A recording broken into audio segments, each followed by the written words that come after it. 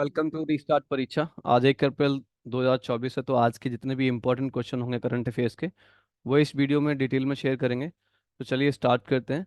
पहला क्वेश्चन है हमारा, हाल भारत और मोजाम्बिक तंजानिया त्रिपक्षीय आईएमटी ट्रायलेट 2024 अभ्यास कहाँ संपन्न हुआ है? तो ये नकाला में, इसका आंसर ए सही है। नकाला में ये अभी शुरू हुआ था। और ये कब से कब तक? 24 से 27 मार्च तक हुआ है।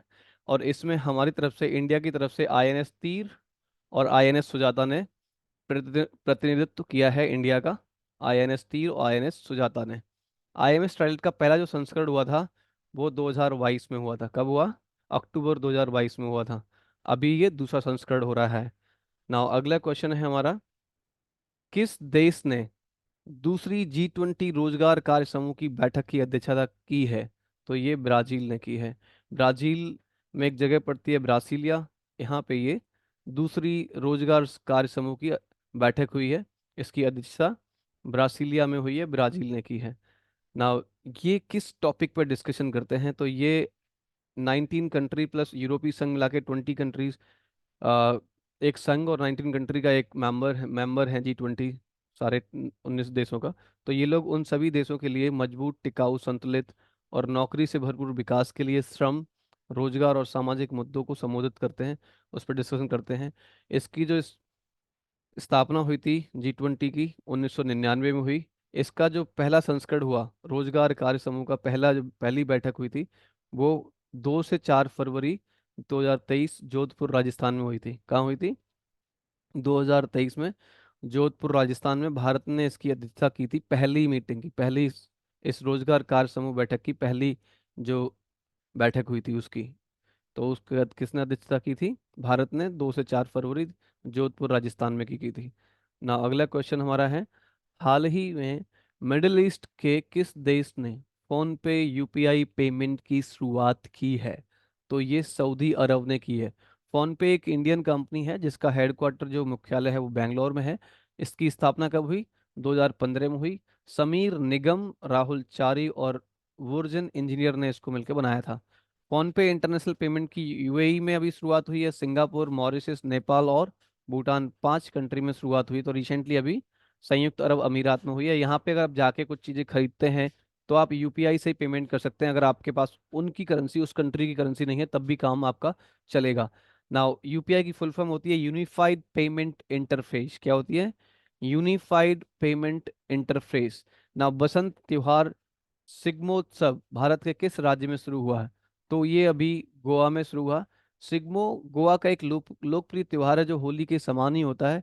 हिंदू लगभग इसको 14 दिन तक मनाते हैं। कितने दिन तक? 14 दिन तक मनाते हैं। सिग्मोत्सव पूरे भारत में मनाया जाता है, लेकिन अलग अलग नाम से मनाया जाता है। उत्तर भारत में होली के नाम से मनाया जाता है। असम और बंगाल में दोल यात्रा के नाम से मनाया जाता है। दक्षिण भारत में कामदहन और महाराष्ट्र में सिमोगा के नाम से मनाया जाता है। तो ये कहाँ शुरू हुआ है सिग्मोत्सव? गोवा में। नाउ अगला क्वेश्चन हमारा है, सुभाष चंद्र बोस के जीवन पर आधारित डिजिटल प्रदर्शनी सुभाष अभिनंदन का उद्घाटन किसने किया है? तो ये अभी अर्जुन राम मेघवाल ने किया। किसने? अर्जुन राम मेघवाल ने किया है। भारत के राष्ट्रीय अभिलेखागार, ये राष्ट्रीय अभिलेखागार का दिल्ली में है। और इसका 134वां स्थापना दिवस के अवसर पर संसदीय कार्य और संस्कृत राज्य मंत्री अर्जुन राम मेघवाल ने 11 मार्च को इसका उद्घाटन किया। इसका नाम क्या है? सुभाष अभिनंदन। एक डिजिटल प्रदर्शनी है, इसमें सुभाष चंद्र बोस के जीवन की सारी इवेंट, सारी घटनाएं दर्शाता है ये।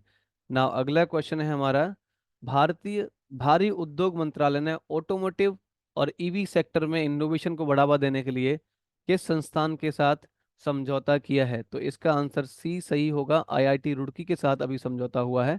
और इस समझौते के टाइम भारी उद्योग मंत्री डॉक्टर महेंद्र नाथ पांडे और उत्तराखंड के मुख्यमंत्री श्री पुष्कर सिंह धामी की उपस्थिति में ये समझौता अभी किया गया है। किसके साथ? आईआईटी रुड़की के साथ। तो नेक्स्ट क्वेश्चन हमारा है, हाल ही में किसने प्रतिष्ठित टाइम्स पावर आइकन 2024 अवार्ड जीता है? तो ये विजय जैन। विजय जैन को ये टाइम्स पावर अवार्ड आइकन दिया गया है। ये स्टार स्टेट के प्रबंध निदेशक हैं विजय जैन। इनको ये 2024 का टाइम्स पावर आइकन अवार्ड अभी दिया गया है। नाउ अगला क्वेश्चन जो हमारा है, हाल ही में कौन छठे शास्त्र रैपिड FIDE रेटेड शतरंज टूर्नामेंट की मेजबानी करेगा? तो ये अभी IIT मद्रास। कौन कर रहा है? IIT मद्रास इसकी मेजबानी कर रहा है। भारतीय प्रौद्योगिकी संस्थान मद्रास इस IIT मद्रास की मेजबानी में 30 से 31 मार्च को ये हुआ है। अंतर्राष्ट्रीय शतरंज महासंघ रैपिड रेटेड रैपिड शतरंज टूर्नामेंट की मेजबानी कर रहा है। कौन कर रहा है? अंतर्राष्ट्रीय शतरंज महासंघ। यहाँ पे हो रहा तो कहाँ हो रहा है? मद्रास में। और चेन्नई में आयोजित यह छठे सत्र का रैपिड फिडे रेटेड शतरंज टूर्नामेंट है। यहाँ पे ऑस्ट्रेलिया, इंग्लैंड, अमेरिका, सिंगापुर से प्लेयर्स आ रहे हैं। IIT मद्रास के लगभग 35 प्लेयर इसमें हिस्सा ले रहे हैं, 35 प्लेयर हिस्सा ले रहे हैं। इसमें जो राशि बटेगी लगभग 5 लाख रुपए है।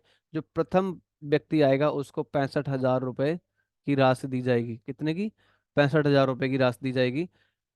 FIDE अंतर्राष्ट्रीय शतरंज महासंघ की स्थापना जो हुई थी 20 जुलाई 1924 को पेरिस फ्रांस में हुई। कहाँ हुई थी? अंतर्राष्ट्रीय शतरंज महासंघ FIDE की जो स्थापना हुई 20 जुलाई 1924 को पेरिस फ्रांस में की गई थी। इसके जो अध्यक्ष हैं FIDE अंतर्राष्ट्रीय शतरंज महासंघ, इसके अर्कडी डवोरकोविच ये इसके अध्यक्ष हैं। और इसका मुख्यालय लुसान स्विट्जरलैंड में है। स्थापना कहाँ हुई थी? पेरिस फ्रांस में स्थापना की गई थी, लेकिन अभी इसका जो हेड क्वार्टर है वो लुसान स्विट्जरलैंड में है। नाउ अगला क्वेश्चन है हमारा, हाल ही में किसने from a car set to the corner room and beyond नामक पुस्तक लिखी है? तो ये S रमन ने लिखी है। किसने लिखी है? S रमन ने लिखी है। पूर्व राष्ट्रपति गोटबाया राजपक्षे श्रीलंका के पूर्व राष्ट्रपति हैं। उन्होंने द कॉन्स्पिरेसी नामक पुस्तक अभी रिसेंटली लिखी है, उसका अनावरण किया था।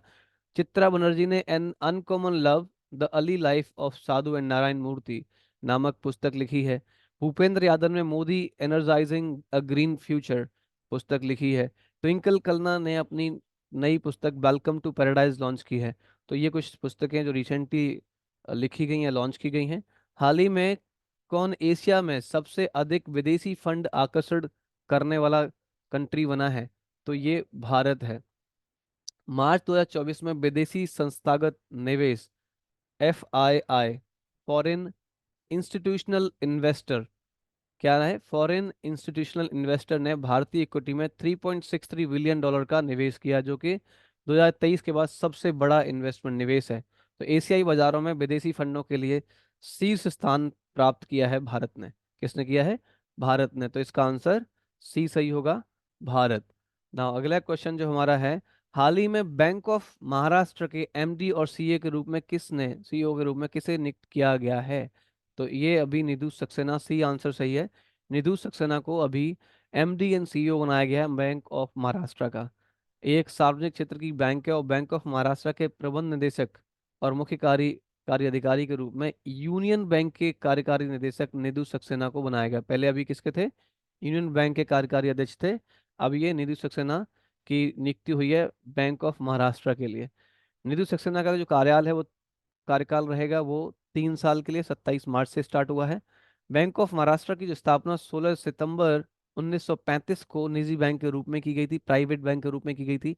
इसका संचालन 1936 के पुणे में हुआ था, पुणे में किया गया था। और 1969 में जब भारत सरकार ने 13 अन्य निजी बैंकों को का राष्ट्रीयकरण किया था, तब बैंक ऑफ महाराष्ट्र का भी राष्ट्रीयकरण किया गया। कब किया गया? 1969 में। स्थापना कब हुई? 16 सितंबर 1935। इसका संचालन 1936 पुणे से स्टार्ट हुआ। और वर्तमान में भारत सरकार के पास इसके 86% शेयर भारत सरकार के पास हैं। इसका टैगलाइन जो है, एक परिवार एक बैंक है। मुख्यालय का है पुणे महाराष्ट्र में। MD अभी नए नए बने हैं, निधु सक्सेना। तो चलिए नेक्स्ट क्वेश्चन की तरफ बढ़ते हैं। अगला क्वेश्चन है, हाल ही में किस देश के क्रिकेटर कोलिंस ओबिवा ने संन्यास लिया है? तो ये केन्या के बहुत ही अच्छे ऑलराउंडर रहे हैं। उन्होंने लिया अनुभवी केन्याई ऑलराउंडर कोलिंस अयूबिया ने अफ्रीकी खेलों में तीसरे स्थान के प्लेऑफ मैच में युगांडा से इनको हार मिली, उसी समय इन्होंने संन्यास ले लिया। ये अच्छे से फेमस हुए थे 2011 में। इन्होंने ऑस्ट्रेलिया के खिलाफ 98 रन की पारी खेली थी बहुत ही अच्छे से, और मैन ऑफ द मैच भी लिया था। और इन्होंने टोटल 104 वनडे मैच खेले हैं, 2044 रन बनाए हैं और 35 विकेट लिए हैं। तो ये अभी केन्या के प्लेयर हैं जिन्होंने अभी संन्यास लिया है। हाल ही में अडानी के मेगा कॉपर प्लांट ने कहाँ परिचालन शुरू किया है? तो ये अभी गुजरात में शुरू किया, गुजरात के मुंद्रा। गुजरात में मुंद्रा के जगह है, दुनिया के सबसे बड़े तांबा निर्माण संयंत्र के पहले चरण की शुरुआत की है, जहाँ पे तांबा बनाया जाएगा। वो दुनिया का सबसे बड़ा प्लांट है।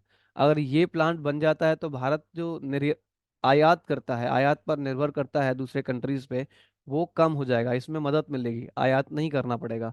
वेदांता लिमिटेड तमिलनाडु के तूतीकोरिन में एक प्लांट तांबा का जो क्रियाशील करने की कोशिश कर रहा है, जो बंद पड़ा था बहुत लंबे टाइम से। कौन?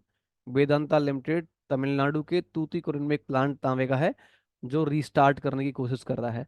ना हिंडोल का, इंडिया में जो अभी हिंडोल का इंडस्ट्री लिमिटेड है, वर्तमान में 0.5 मिलियन टन की क्षमता के साथ देश के सबसे बड़े तांबा स्मेल्टर का संचालन कर रही है। सबसे ज्यादा तांबा ये मैन्युफैक्चर करती है, 0.5 मिलियन टन की क्षमता है। इंडिया को बताऊं, 1,81,000 टन तांबा इन्होंने 2022-23 में खरीदा है, आयात किया था, बाहर के देशों से लिया है। तो अगर ये प्लांट बनने के बाद इंडिया को बहुत सपोर्ट हो जाएगा, इंडिया को आयात करने की जरूरत नहीं पड़ेगी। वैश्विक स्तर पर तांबे उत्पादन तेल की तुलना में अधिक केंद्रित है। अभी सबसे ज्यादा तांबा बनाने वाले दो कंट्री हैं, ये देख सकते हैं आप, चिली और पेरू, जो 38% पूरे वर्ल्ड का बनाते हैं, 38% पूरे वर्ल्ड का ये बनाते हैं। तो कौन से सबसे नंबर 1 पे हैं जो सबसे ज्यादा उत्पाद करते हैं तांबा का? वो चिली और पेरू है। नाउ अगला क्वेश्चन है हमारा, हाल ही में एलसीए तेजस एम के वन ए ने कहाँ अपनी पहली उड़ान पूरी करी है? पूरी उड़ान मतलब उड़ान ली है उसने। तो ये बेंगलुरु में की है। तेजस MK1A फाइटर जेट है। इसकी पहली उड़ान 28 मार्च 2024 को बेंगलुरु स्थित हिंदुस्तान एरोनॉटिक्स लिमिटेड की फैसिलिटी में की गई। कहाँ पे? हिंदुस्तान एरोनॉटिक्स लिमिटेड में की गई, बेंगलुरु में की गई। Okay, so these are the questions जो आप याद कर सकते हैं। नाउ आपके लिए क्वेश्चन है, आप अभी रिसेंटली क्वेश्चन आया था, हाल ही में फ्रांस के मिशेल टेलाग्रांड को 2024 का एबल पुरस्कार मिला है, जो किस क्षेत्र से हैं? ये गणितज्ञ हैं, संगीतज्ञ हैं, अभिनय करते हैं, अभिनेता हैं, चित्रकला में काम करते हैं, क्या हैं वो? इसका आंसर आपको कमेंट में करना है। कमेंट कीजिए, कमेंट करेंगे तो ये क्वेश्चन आपको याद हो जाएगा, हमेशा के लिए याद रहेंगे।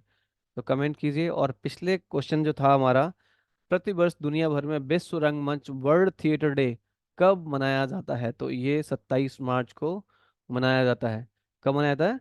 27 मार्च को। So thank you very much watching restart परीक्षा। आपका दिन शुभ हो। अगर ये वीडियो आप यूट्यूब पर देख रहे हैं, फेसबुक, इंस्टाग्राम, कहीं भी देख रहे हैं, तो प्लीज़ शेयर और सब्सक्राइब करें और ऐसे लोगों के साथ शेयर करें जो पढ़ाई कर रहे हैं। मेरी कोशिश है कि हर इम्पोर्टेंट क्वेश्चन आपके साथ शेयर किए जाए जो आपकी परीक्षा में आपको हेल्प करे। धन्यवाद।